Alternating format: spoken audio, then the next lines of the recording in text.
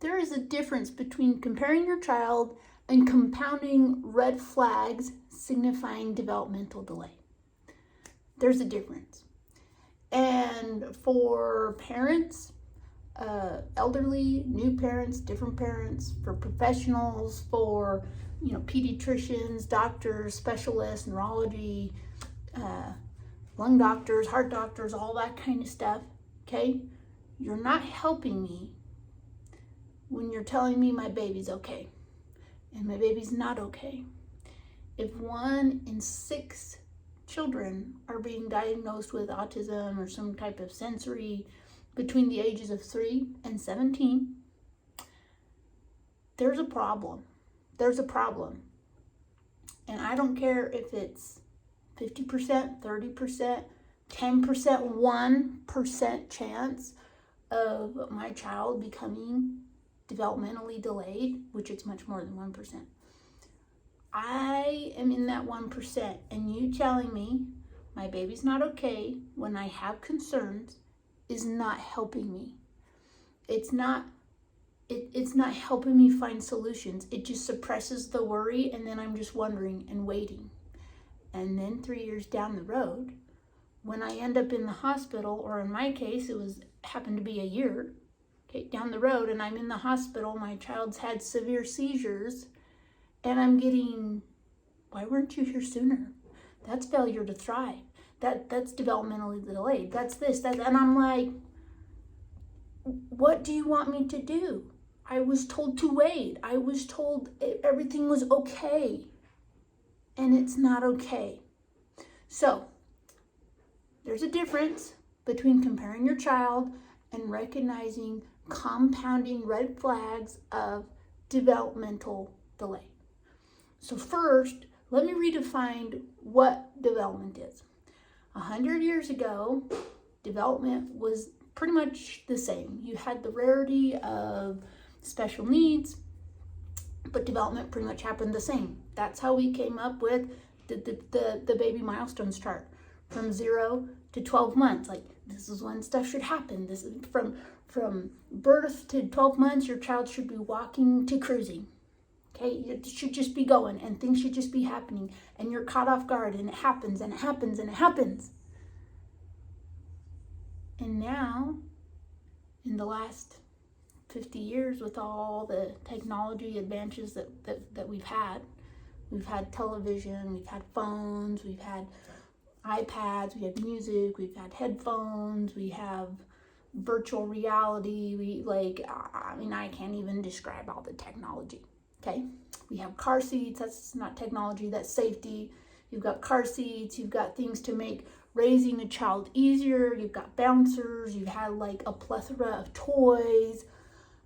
We have all of these things that have had a direct and indirect influence on what development is today. And it's actually really confusing for parents. I am one. I have 7 children. And it's really, really, really confusing. Now, with new guidelines that have come out by the CDC, everything's been pushed back. It's like everyone gets a trophy. Okay, everyone's okay. Babies are developing okay. Like, the timeline for development has been extended. And development has been the same for thousands of years. Why suddenly, in the last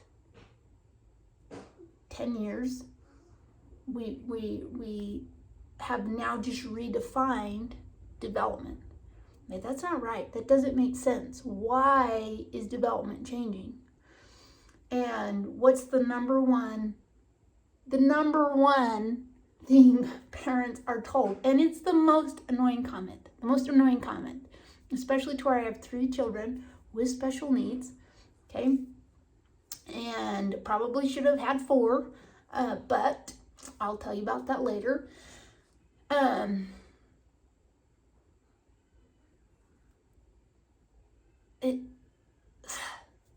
number one thing that we're told as parents is every child develops differently.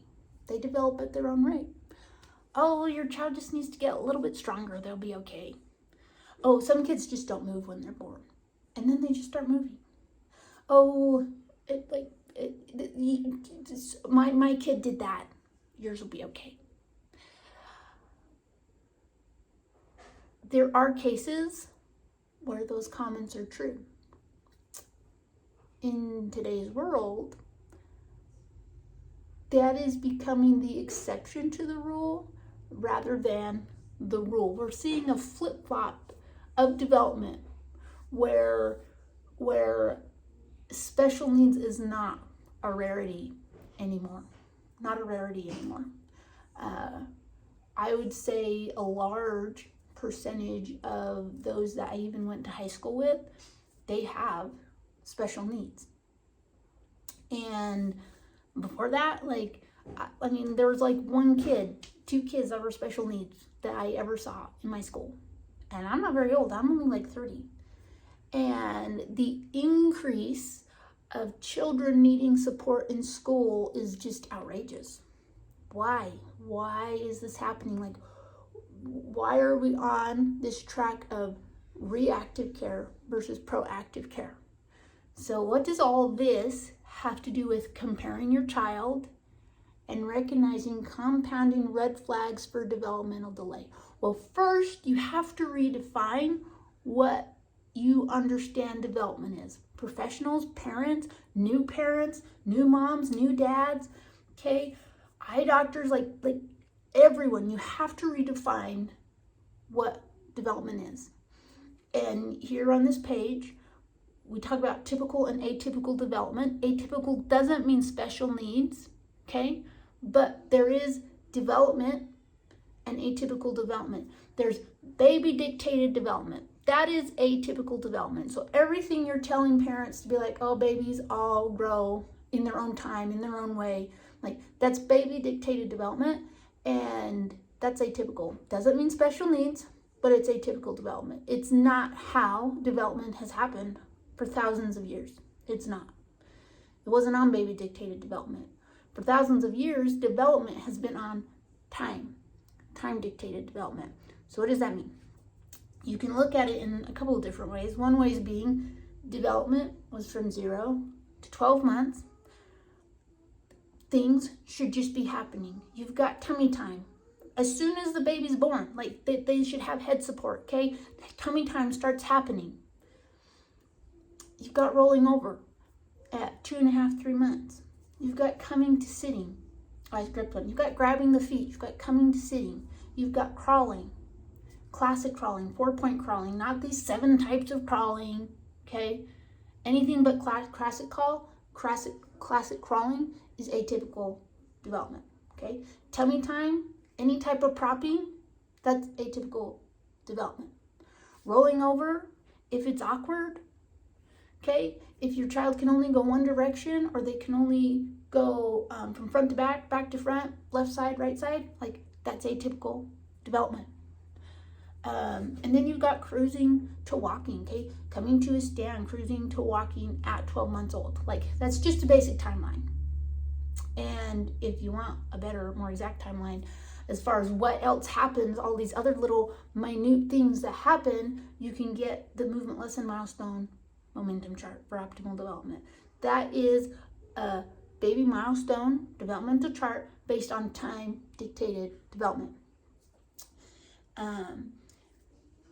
So you can go to movementlesson.academy/resources and find where to get that chart. That being said, time-dictated development. Now here's the other way to look at time-dictated development. It's the time in which it takes your child to accomplish a milestone. So tummy time, yes, at first as the baby is developing and things like that, they can increase the time that they can hold up their head. I mean, my baby is 5 months old, and I mean, she can have her head up for a long time in tummy time, but she's not rolling over. Am I concerned about developmental delays with this baby? No.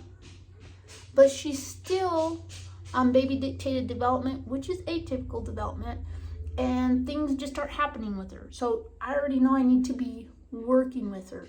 Now, she's not having compounding factors of red flags for developmental delay, though that can increase if I don't help her get on time-dictated development. Whereas the baby that I had just before, this one, I mean, it was ridiculous. There was just red flag after red flag after red flag after red flag, and she was progressing in development, but it was because I was working my fanny off at home. I was working hard to try and get development to happen for her, and even when it was happening, it was poor, awfully horrible development with how hard I was working. Like, she should have been a super baby. And then she was regressing.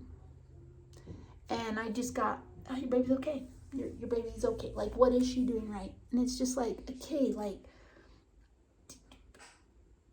I'm comparing my babies. Like, I've had, in that time I had 6. She was my 6th. I'm like, she is not developing the same. She cries all the time. She's doing weird things with her legs. She's just not getting into her milestones. Like, they're difficult. They're hard. They're awkward looking. Like, and she's just struggling now socially. And like, she was okay. But she really struggled with her visual milestones. She really struggled with physical things like that. And just, it was all these compounding things. Okay. And for her baby dictated development was still not happening in time, even though for her case it was leading to serious developmental delays, and she is developmentally delayed right now.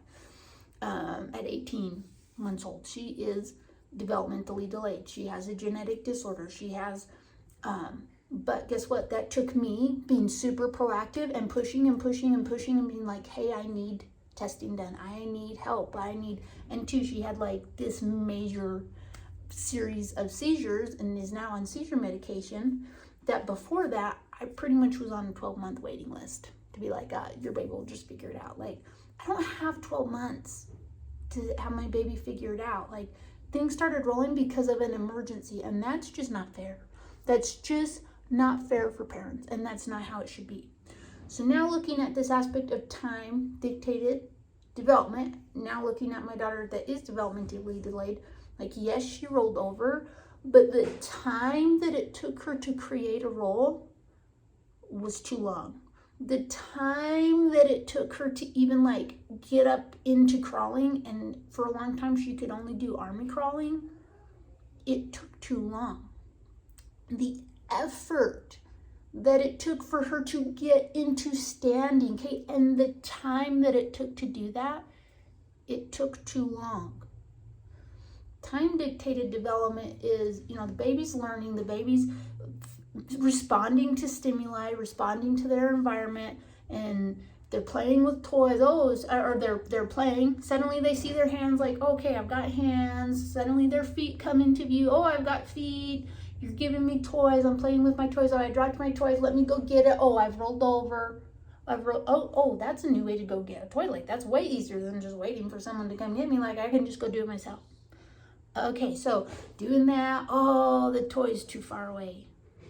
How do I get it? Like, suddenly they're crawling. They're on all fours. Like, yeah, there may be like a teeny tiny bit of an army crawl, but it's not something that should be sustained. Okay, and suddenly they're on all fours and they're going.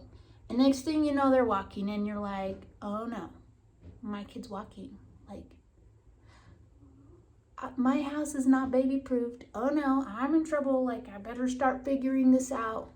And then as the child's growing and developing, wait, mom, I got it. Let me do it. I can do this.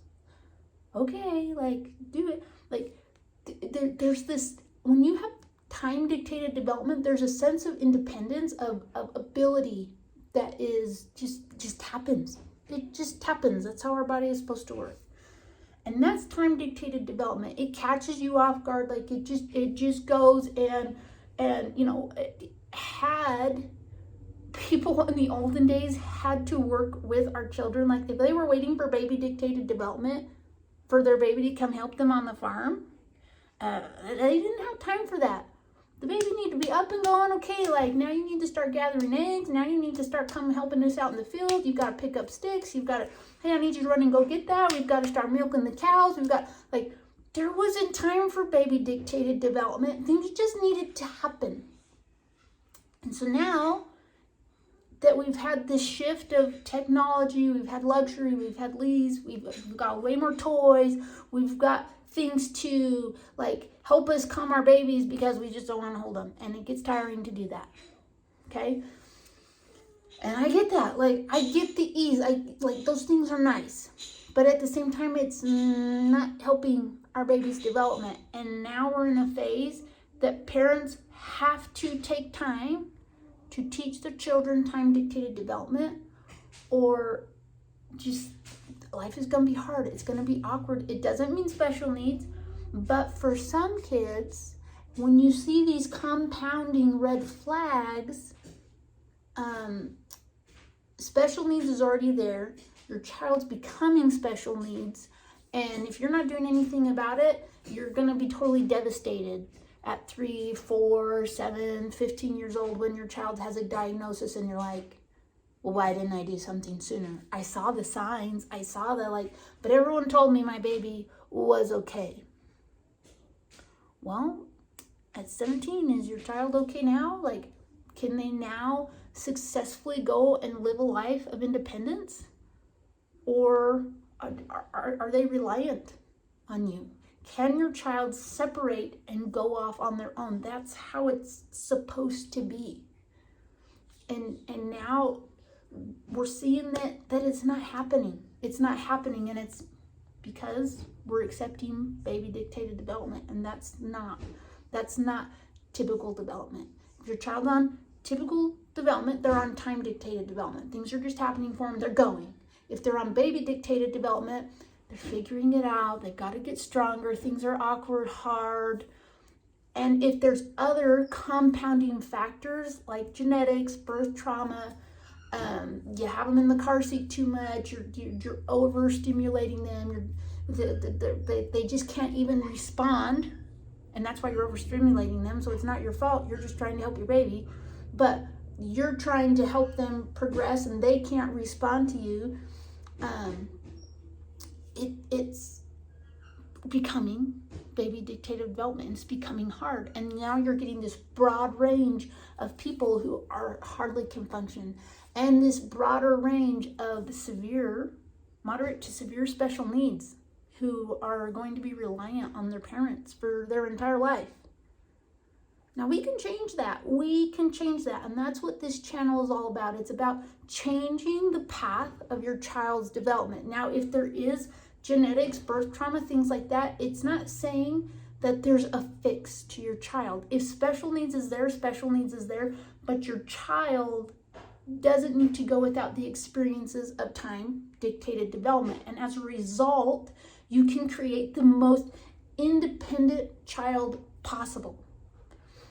And for children that just for whatever reason, just things didn't happen for them, it could have been a simple epidural, okay? Like it could have been something so simple that it just slowed down their system enough that they're not on time dictated development. You can go in, work on their bodies and their system, and okay, they're back on track. Now they're just going. And that happened with my son. Like, he was born, something was wrong. Like, it was not right. Did movement lesson with him, worked with him. I mean, you wouldn't know. You wouldn't know that he struggled as a baby because he's just everywhere. I had another baby who was severe special needs, even at birth. Everyone told me my baby was okay. She was not okay. The pediatrician was like, oh, let's just wait and see what happens. Okay, we didn't have wait and see. Like, she would have died. And thankfully, just through divine grace, found another pediatrician. He's like, oh, you're in trouble. You're in the hospital, like right now.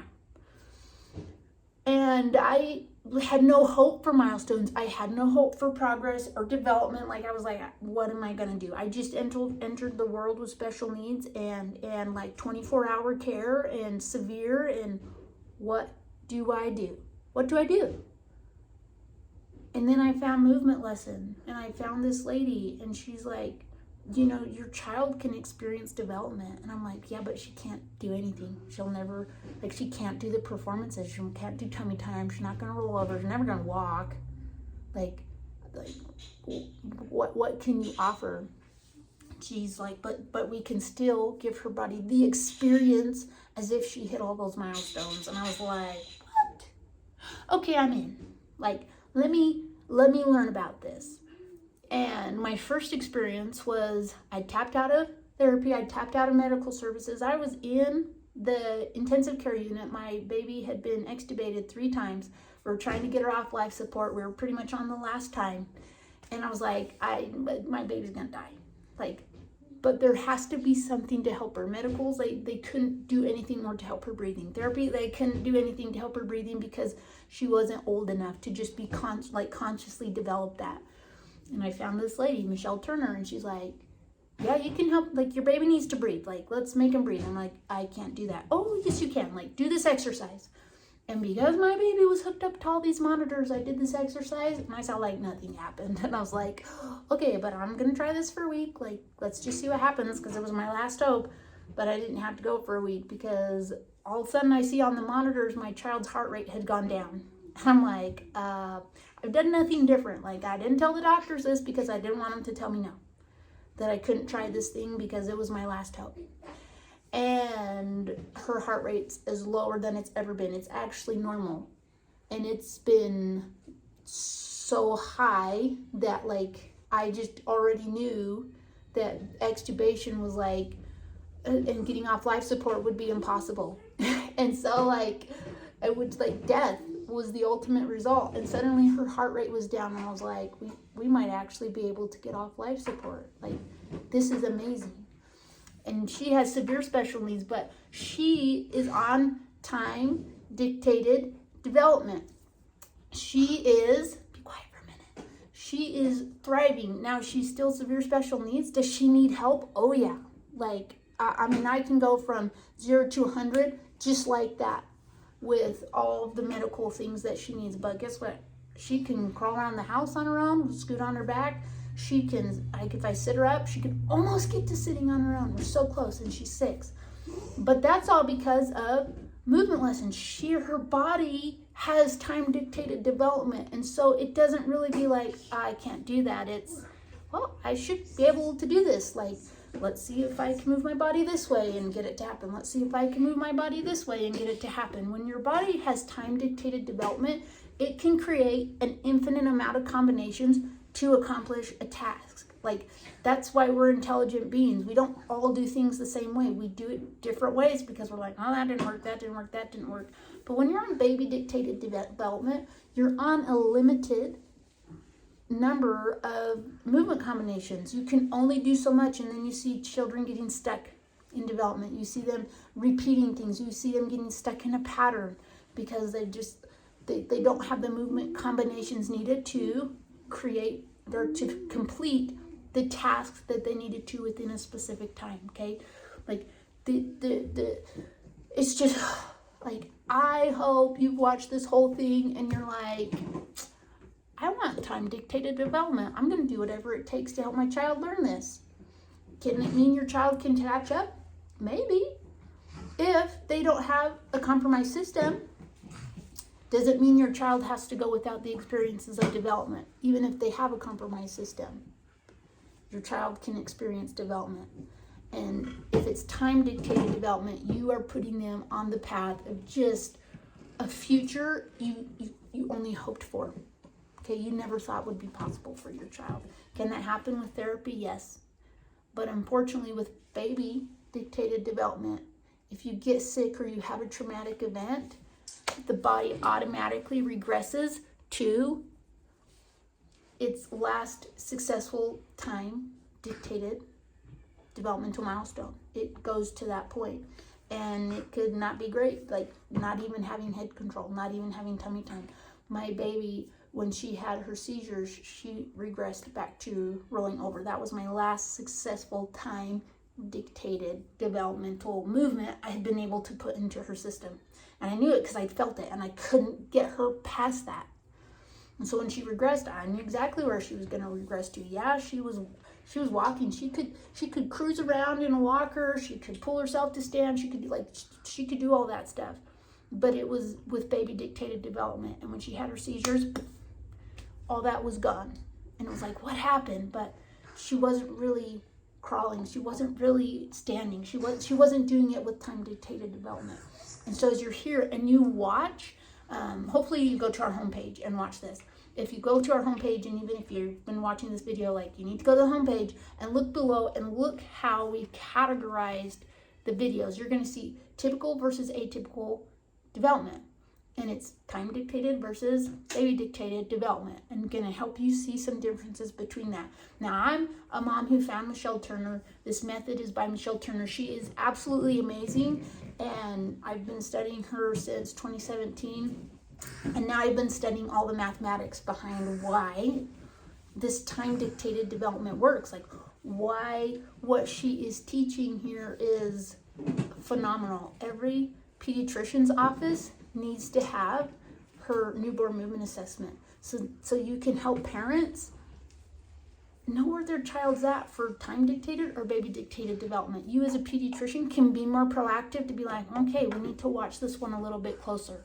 Okay, we're seeing more compounding developmental red flags. Like, let's start getting them into genetics at 3 months old. Let's start doing early intervention. Let's start helping this child. Instead of the parent worried sick, their child's 10 months old, still hasn't been rolling over yet, and you're like, oh, your baby's fine. Some kids are just a little slow. Like, no, they are not. They're not. That's not how development should be. And you, as the parent, we provide the tools you need to actually do what's needed to be done to give your child time-dictated developmental experiences. That's what we're all about. We're here to just teach you a way to help you progress through the worry and actually like resolve it, or get your child the help that they need. Get them to the specialists that they need. No, we're not doctors, but Michelle was a mom. She didn't get the help that she needed. I was a mom. I didn't get the help that I needed. And we are meeting thousands and thousands and thousands of parents from all over the world. Pakistan, Australia, India, all over the United States, Canada, South America, every single continent, Europe, Russia. Parents are coming from all over, and they're like, no one's helping me. Like, you gave me some answers, like, my child's progressing. Now, can you have progress with therapy? Yes. But once your child reaches a threshold where they just can't muscle through it anymore, the progression ends. The muscle approach to development can only go so far. And this is if you want to take the work out of movement and put the play back into your child's developmental experiences, like, then you have to learn movement lesson. You can't learn it anywhere else. Yes, you can go to other modalities. Yes, you can see great things happen. You can see great things happen, but they don't have everything needed to really make this time-dictated development come full circle. They may have parts and pieces, which is why they're being successful, because it's mathematical. It is, and I can tell you that's true because I've been studying it, and I'm like, holy cow, like, this is how this all works. And you don't need to know the mathematics to make this work. You can just learn the techniques and do it. And so below you can see all, typical, atypical development. You can get some exercises on how to work with your child for free, but they're how to work with your child in time-dictated development. It's not like I'm doing an exercise, great, my child's gonna roll over. For some people that can happen. If you're here and you're worried about your child, it's gonna take a little bit more time and effort on your part. So if you wanna learn more about this, get our freebie, which is the In Time Baby Development Parent Resource Toolbox. Okay, make sure you click on the link to that, get into it, get it for free. There's a ton of webinars on there going over tummy time, and we don't have rolling over in there yet, but we'll get that in there. Once we do the webinar, I'll put it in there. We've got on all different types of conditions. You've got autism, cerebral palsy, spinal muscular atrophy, muscular dystrophy. You've got NICU time, all these different things. And then we've been covering just the typical milestones as well. But all these worries and concerns, like, we can help you understand why your child is moving that way, what's not happening in their body that's making them deviate from the path of time-dictated development, and they're having to rely on baby-dictated development to have a future. And your baby just deserves more than that. Your child deserves more than that. Now, if your child's 5 years old, 10 years old, can you still go back and give them the experiences of time-dictated development? Yes, you can, which is so amazing. And I am repeatedly giving it to my children because I want to strengthen those foundations. The more you strengthen the time-dictated development, the more progress and progression and play and independence and movement you can have from your child. Does it mean it will fix them if they have special needs? No. But the special needs can be less severe. Your child can be as independent as possible. Your child can interact and just ideally one day play with you and respond to you and talk to you, okay? So those are just things. Make sure you like and subscribe to the channel. There's a ton of videos and you might think, that doesn't apply to me. But if you just watch it and learn and just absorb it and focus on what you're currently trying to learn about your child as you get into the new vocabulary and language that we have here at Movement Lesson, if you just focus on those things and pull out the parts and pieces of our videos that are relevant to you, it will help you learn this faster, okay? And I'm there. I've studied Michelle, and I've got the Worried Parent Kit, the Worried Parent Starter Kit, where you get into our 3 months program, and I help you through this. I know it's hard and it's confusing, and it's a lot of work, okay? It requires self-education. It requires you to take the time to learn it. And so if you're just waiting for someone else to come and work on your child, you've just got to go somewhere else. Because yes, you can come to Movement Lesson for intensives, but ultimately the true success comes with you being consistent in the home. Your child playing with time-dictated developmental experiences. And the more you can do that, the more progress and progression your child can have. Now, you don't need to do it 10 hours a day because realistically, you still have to live life. But even just 2 hours a day would be phenomenal for your child. You're getting years worth of therapy in a week's time if you did that every day for 2 hours. It's amazing. And then as you develop your technique, as you get better and better and better, you can spend a little less time working on your child and still get the same results. And so it just requires you to be dedicated and to decide right now you're going to be your child's ultimate movement coach.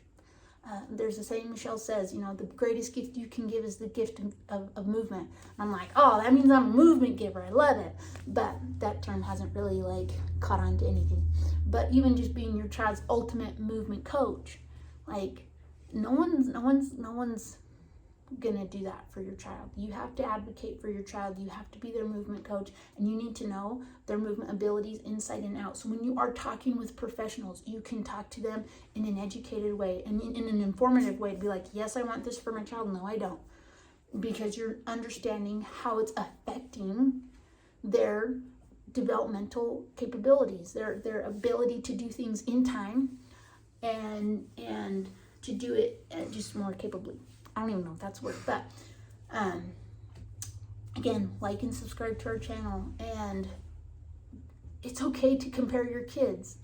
If there's something that's way off with your child, yes, you should be comparing, and you need to go give your child some help. Now, if you're comparing to just be like, that kid can draw better than mine, no, you don't, that type of comparing, no. But as far as comparing for development and knowing where your child is at in development, yes, you need to compare because there is a specific timeline for development, for optimal development. And every child's development can be optimized. Even if you're getting in time dictated development, you can still optimize your child's development and just make them an amazing pro star athlete. By using these same techniques. This is here to help you to be proactive. You can't do any more wait and see. You can't just wait for development to happen. You have to be proactive and do something about it. And if you don't do anything about it, 10 years down the road, maybe even less, you're going to come back and be like, I wish I would have listened to you sooner. I wish I would have listened sooner. So don't wait till that tipping point of okay, I really need to do something. Your child's not going to figure it out. If they're not on time-dictated development, they're not going to figure out the optimal way to accomplish tasks. And as a result, that's going to compound over time.